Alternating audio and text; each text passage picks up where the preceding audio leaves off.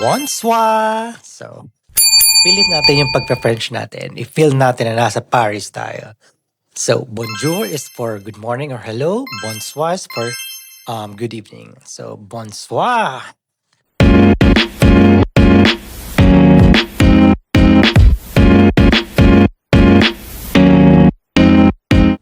So, for tonight's video, depende kung baka morning nyo pinapanood ito, didiscuss natin yung pagpunta natin ng Paris from London using the Eurostar train. So, bakit nga ba kami sumakay ng Eurostar train from London to Paris? So, I think it's the easiest way to go to Paris from London, and also for the experience.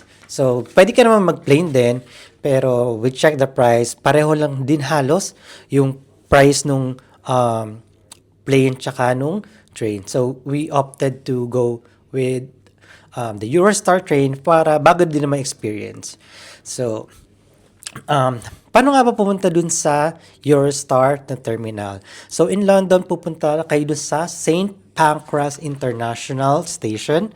So, kung napanood nyo yung last vlog ko, pumunta kami dito sa St. Pancras International Station. Katabi lang siya ng King's Cross Station, kung saan nasan yung ang mapapicture ka dun sa platform 9 and 3/4 dun sa Harry Potter na movie. Andun lang siya. So, St. Pancras International Station. Pag Google Map nyo naman yun, makikita nyo yun. So, pagdating nyo doon, sa station, hanapin nyo doon sa mga signages, yung International Rail. Doon kayo pupunta. Wag sa National Rail, International Rail. Tapos, makikita nyo na yung international departures. So, before kayo pumunta dito, make sure na bumili kayo ng ticket online or in advance. Kasi nakita ko yung mga tao dito, sobrang dami nila nakapila dun sa mga ticketing booth, at expect mo mahal yung ticket na yun kasi on the day sila bumili. So, pagdating doon sa international departure na lane, papasok ka na sa security. Okay. So, Just here. nung time na pumasok kami, makikita nyo sa video, hindi masyadong maraming tao. Pero sa mga vlogs na napanood ko, as in sobrang daming tao. Kaya sabi nila, 90 minutes before your departure, kailangan nandun ka na sa station. So, umalis kami ng hotel ng 7:30. Dumating kami sa station ng 8. Ang departure ng train namin is 9:30. Ano ba yung gagawin pagkapila mo dun sa lane? So, gagawin is, i-scan mo na yung ticket. So, pwede nyo i-print yung ticket nyo, pero kami, ginamit lang namin yung QR code na sinend doon sa ticket sa aming mga emails. So, after nun, next step agad is present nyo na yung passport nyo. Kasi international travel na ito, lilipat kayo ng country, so you need your passport. Yung visa, depende kung anong passport holder kayo. You better check kung you need your visa or not. And after that, that's it. Nasa waiting area ka na para sumakay dun sa train. But before that, this is my recommendation. Before kayo pumasok sa security, maghanap, parang i-sort out nyo muna yung sarili nyo. Maghanap kayo, CR na kayo. Kung nagugutom kayo, bumili na kayo ng pagkain. Why? Because dun sa loob, very limited yung mabibili nyo. Okay, dun muna tayo sa labas. Sa labas, marami kayong mga options. Merong Starbucks, merong Marks and Spencer, merong mga local coffee shops. Pinakasikat dun is yung Paul's. Masarap daw yung pagkain dun. Pero hindi na kasi kami nag-breakfast. Hindi na kami kumain doon kasi nag-breakfast naman sa hotel bago kami pumunta dun sa station.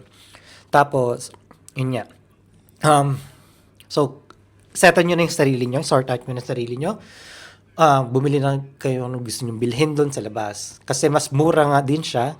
Once na pumasok ko na sa loob, doon sa waiting area, limited lang siya sa dalawang stores, which is yung, ang tawag nila doon is yung Pret a Manger. Parang siyang 7-Eleven style, pero puro pagkain lang siya. Tapos, meron din duty free. So, parang airport vibes din talaga siya.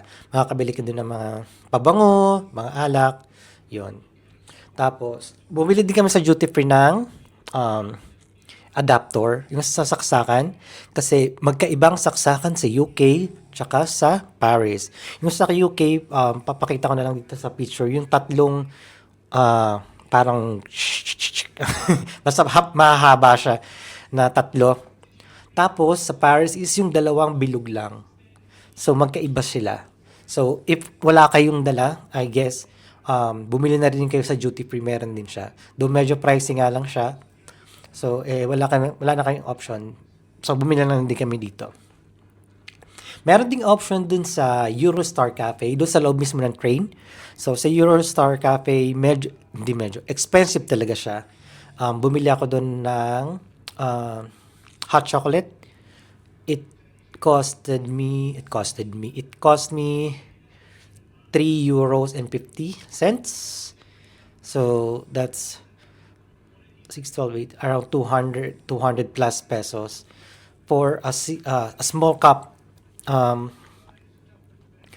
niyo yung tall size ng Starbucks, mas maliit pa doon. So, ganun lang siya kaliit. Tapos, nagbebenta din sila doon ng mga beers, wine, breads, coffee. Pero, yung mga bread doon, hindi siya appetizing tingnan. Siguro pantawid gutom lang din talaga. So, kaya suggestion ko talaga, bago kayo pumasok ng security, bumili na kayo ng gusto nyong makakain. Okay, so after that, nakapasok na kayo sa security. So, while waiting, kasi pagpasok nyo, mag-wait pa kayo ng boarding time nyo, di ba? So, hindi nyo pa alam kung anong platform kayo papasok. Meron doon 1, 2, 3, 4, 5, 6, 7, 8, 9, 10. Makikita nyo doon, awaiting boarding. Hindi nyo alam kung saan kayo, hindi nyo alam kung saan kayo aakyat. Kasi paakyat yung papunta dun sa platform. Tsaka, masasabi ko guys, while waiting dito, ang hirap maghanap ng upuan. As in, very masikip. Tapos, kung claustrophobic ka, medyo nakakairita din kasi sobrang daming tao, yung mga luggages nagbabanggaan. So, in the end, bigla, nakahanap naman kayo ng upuan kasi yung parang earlier departure sa amin, which is going to Brussels, umakyat na sila sa platform. So, nakahanap kami ng upuan. So, while waiting doon, inactivate hindi naman inactivate namin. Doon sa mga taong merong hiwalay na eSIM sa Paris, I think it's the best time to activate it na. So, pagdating nyo ng Paris, is activated na yung eSIM nyo. Hindi namin kasi ginawa yun kasi yung eSIM na binili namin is yung regional. So, which is yung UK, tsaka Paris, buong UK tsaka buong Europe na yung binili naming eSIM. Meron kasi pwede kang bumili ng separate lang for each country. Pwedeng separate lang for Paris, separate lang for Spain, separate for Portugal, separate for UK. Pero ang binili namin yung buong UK na with Europe. So, hindi na namin kailangan i-activate separately. Okay, while dun sa waiting area kayo, suggestion ko, highly recommended ko is 30 minutes before the departure, tumayo na kayo. Kasi lalabas na din dun yung platform number. Tapos, biglang, kunyari, sasabihin dun, platform 6, which is yung dun kami umakyat kanina. Bilisan nyo yung pagtayo, tapos manguna na kayo. Why? Because pag akyat nyo doon, di ba pagpasok nyo sa platform, sasakay kayo ng walkalator, akyat na kayo. Tapos pagdating sa taas, hanapin nyo na yung coach number nyo. Tapos pagdating doon sa loob ng train, sobrang nagkakagulo na yung mga last na sumakay dahil dun sa limited yung space for the luggage. So, since nauna nga kami, then, maliit lang yung luggage namin, dun sa overhead compartment nung train, na ilagay na namin yung mga luggage namin. Since maliit nga naman siya. Pero may mga malalaking luggages, meron siyang specific area na kung saan mo siya ilalagay. At doon, medyo nagkakagulo yung tao kasi, limited lang talaga yung space. So, kung suggestion ko, kung may ganun kay luggage, unahan nyo na. Merong mga tao na, kunyari sa amin, coach 5 kasi kami, nakapaglagay na siya ng bag sa next coach, which is very hassle kapag bababa ka na, di ba? So, let's talk about the seat naman. So, okay naman siya. It's very comfortable. There's enough leg room. Para sa akin na, kasi di naman ako ganun katangkaran. Um, so, okay naman siya. Makikita nyo, papakita ko doon sa video yung space. Para lang din siyang nakasakay ka sa plane. Tapos, yung katulad, related siya doon sa sinabi ko kanina na yung mga gamit. Usually, kapag may backpack ka, yung ibang tao doon, pag di na nila nailagay dun sa overhead compartment, lalagay nila dun sa paanan nila, which is, mas lalong marirestrict yung galaw ng paa mo kasi makoconsume yung leg space mo dun. So, highly recommended ko talaga na unahan nyo yung mga tao. From London to Paris, so that's St. Pancras International Station, going to Paris Gare du Nord. That's 2.5 hours na train travel. So, during na travel na yon, sa duration ng travel na yon, meron kang dadaanan na channel tunnel. It's around 30 minutes. Sabi nila ito yung longest underwater tunnel in the world. So, kung isipin mo, no, underwater. So, kung parang aquarium style, may makikita mga fish, which is, oh no. So, it's total darkness. So, wala ka talaga makikita. So, after 2.5 hours, nasa Paris ka na. Ay, habol ko nga lang pala. Huwag nyo expect na smooth yung ride. So, may napapanood ako, yung train travel sa Japan, which Japan naman talaga siya. Yung coin ilagay mo sa train, tapos sa ibabaw ng train, tapos hindi siya matutumba. Dito, kahit tao natutumba. So, bumili nga ako ng hot chocolate dun sa Eurostar Cafe. And natapunan ako kasi sobrang uga niya talaga. So, kasalanan ko din naman kasi meron akong hawak na camera sa kabila tapos hawak ko yung hot chocolate. So, hindi ako makahawak. Hindi ako makapag-balance. So, ayun lang. Okay. Going naman dun sa prices. Let's talk about prices. So, yung price, nabili namin yung ticket namin, it's 3 weeks in advance. Once na nabili na namin yung ticket namin sa plane going to London. Bumili na din kami ng transfer namin from London to Paris. Nabili namin siya 115 British pounds. So, for my Canadian friends there, it's around 210 Canadian dollars. And for our Filipino friends, it's 9,450. So, medyo pricey siya. Hindi siya parang normal na train ride. Medyo mahal din talaga siya. So, recommend ko din talaga na mag-book kayo in advance. Kasi, explain ko, May 15 ang aming travel. Nag-check ako last night, which is May 14. At sobrang timaas yung price. Around 100% yung tinaas niya. So, i-discuss ko din yung mga seat class. May standard, may plus, tsaka may premier. Pero kami standard lang kami. So, i-compare ko lang dito is yung price ng standard na ticket nung binili namin 3 weeks ago tsaka yung nag-check ko kagabi. So, in British pounds, it's from 115 last 3 weeks. Last night, it's 228 na. Ang laki nung difference niya. So, in Canadian dollars, from 210 to $420. In Philippine peso, it's 9,450. It jumped to 18,750. So, yung conversion ko dito, guys, is based lang dun sa pag-google ko. Na conversion ng GBP to CAD and GBP to Philippine peso. Okay, so ganun ko siya kamahal. Tapos, in plus, it's 264 GBP. It's 480 Canadian dollars and 21,700 Philippine peso. Tapos, in Premier naman, ito yung business class. It's 348 GBP, 640 Canadian dollars, or 28,600 pesos.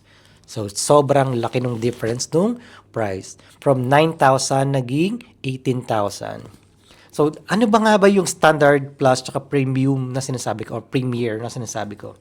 Yung standard, yun yung parang economy ng plane. So, usual na standard ticket. So, kasama dito yung 2-piece luggage, tapos, yun lang. May wifi din naman on board. Tapos, normal na standard ticket. So, going naman dun sa plus, I think ito yung tinatawag natin premium economy sa plane. Extra legroom lang siya. Plus, meron kang light meal na kasama. Tapos, di ko alam kung meron talaga siyang extra legroom. Kasi, sabi ko nga kanina, pumunta ako dun sa Eurostar Cafe and madadaanan mo yung section ng mga naka-plus na ticket.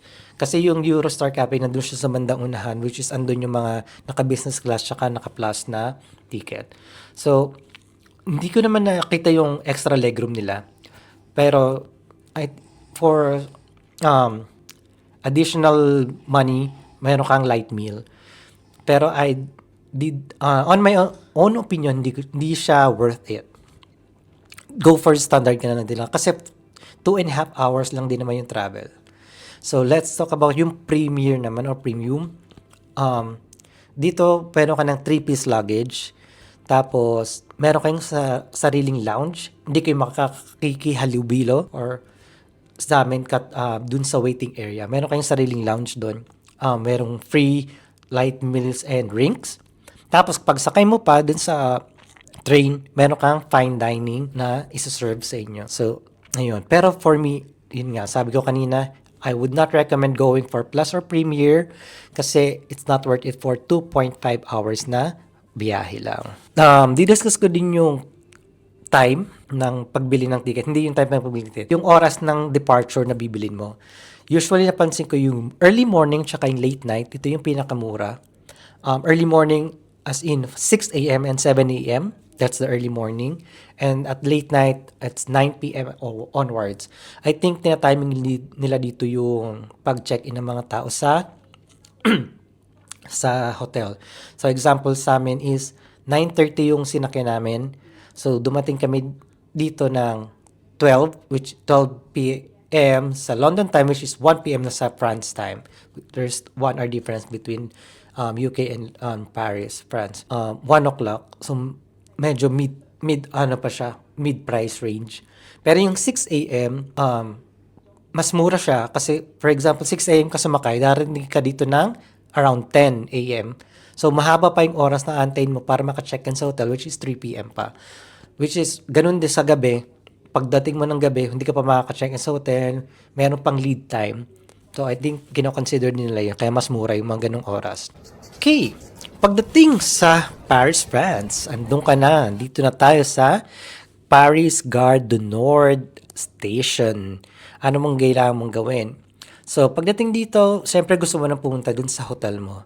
And I would highly recommend download this app, Bonjour RATP. So, ano bang gamit ito? So, it's parang ito yung ginagamit natin as mobile ticket dun sa mga train. Tsaka, ito na rin yung ginagamit natin Google Maps. Kung ano yung mga sasakay na train. Okay, discuss muna natin kung magkano yung ticket.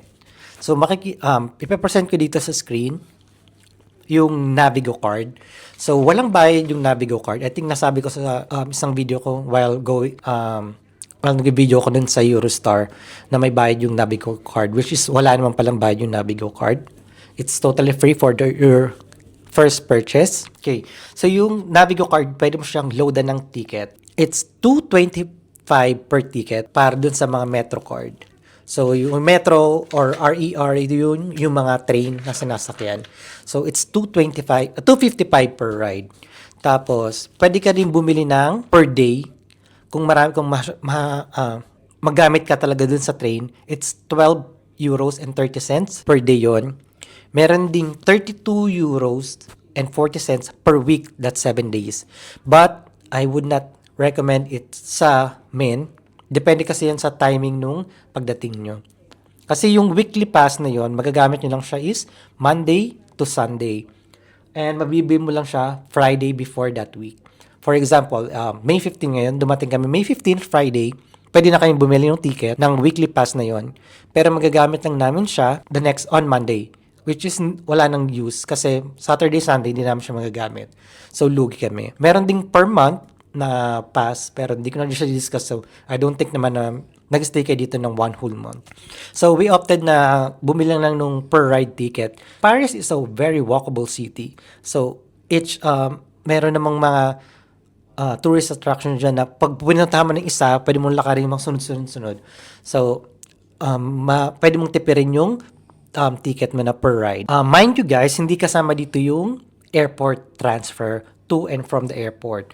So, kapag gumamit kayo ng plane, at lumapag kayo sa CDG Airport, which is yung main airport, or kaya yung ORY Airport, hindi mo siya pwedeng gamitin yung Navigo pass na yon. Kailangan bumili ng sariling pass, which is 14 euros to and from airport to Paris.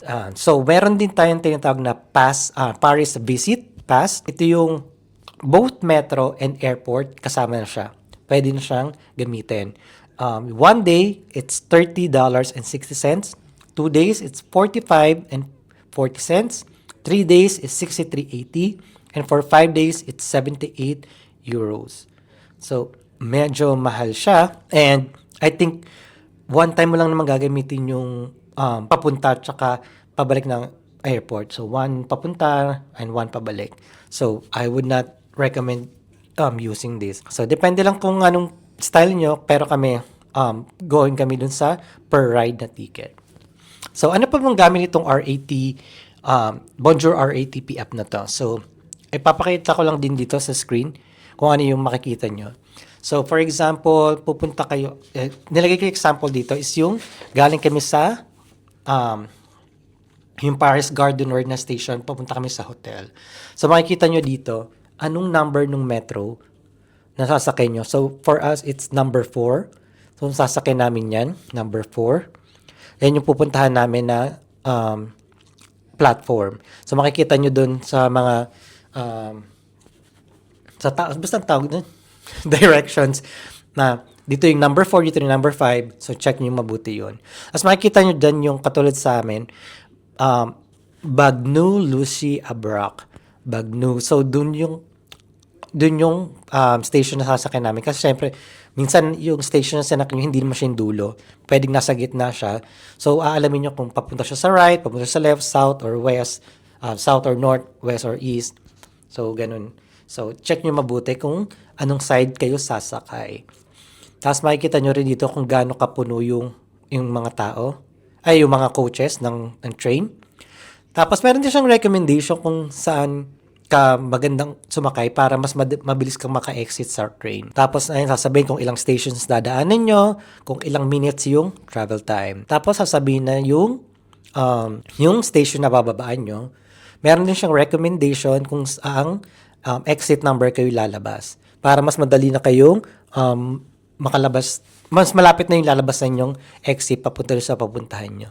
And ganun lang kadali. Para siyang Google Maps, pero mas detailed. So, I think that's everything na di-discuss ko for today. So, if you have any questions, just comment down below and I will for sure answer that. Okay, have a good night. Bonsoir!